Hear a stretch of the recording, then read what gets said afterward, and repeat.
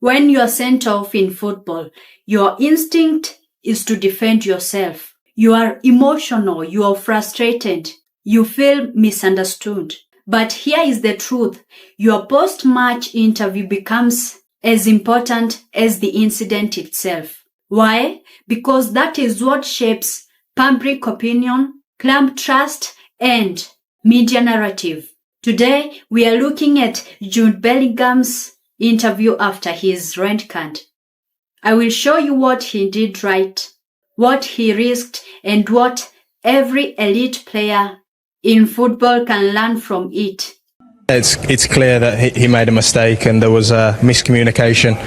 I remember the incident very well, but also I've seen the video, and the video doesn't match the report. I don't want to go into too much detail what was said, but it's like an expression like... Let us start with the tone. Notice how he starts. Calm, composed, and measured. He doesn't rush out. He doesn't attack the ref. That is deliberate. He leads with clarity, not chaos. Why does that matter? Because the audience assumes you are credible. And in media, perception is power. I remember the incident very well, but also I've seen the video, and the video doesn't match the report.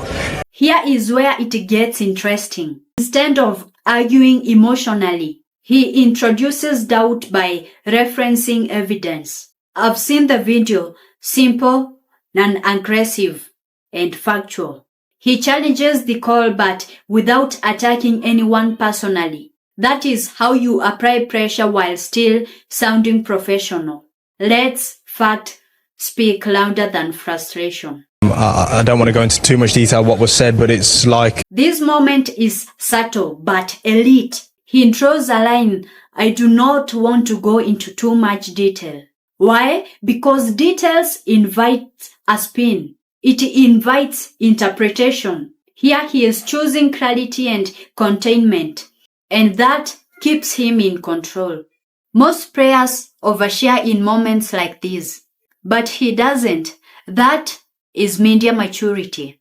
You know, I only want to make sure that the team know that I wasn't irresponsible enough to put them in a situation where I intentionally wanted them to be left with 10. But this is where he shows leadership. He owns the involvement but not the intention. He says, yes, it happened, but no, it wasn't reckless. That split between outcome and motive is critical in media communication, and it sends a clear message to the club, also the fans and the media.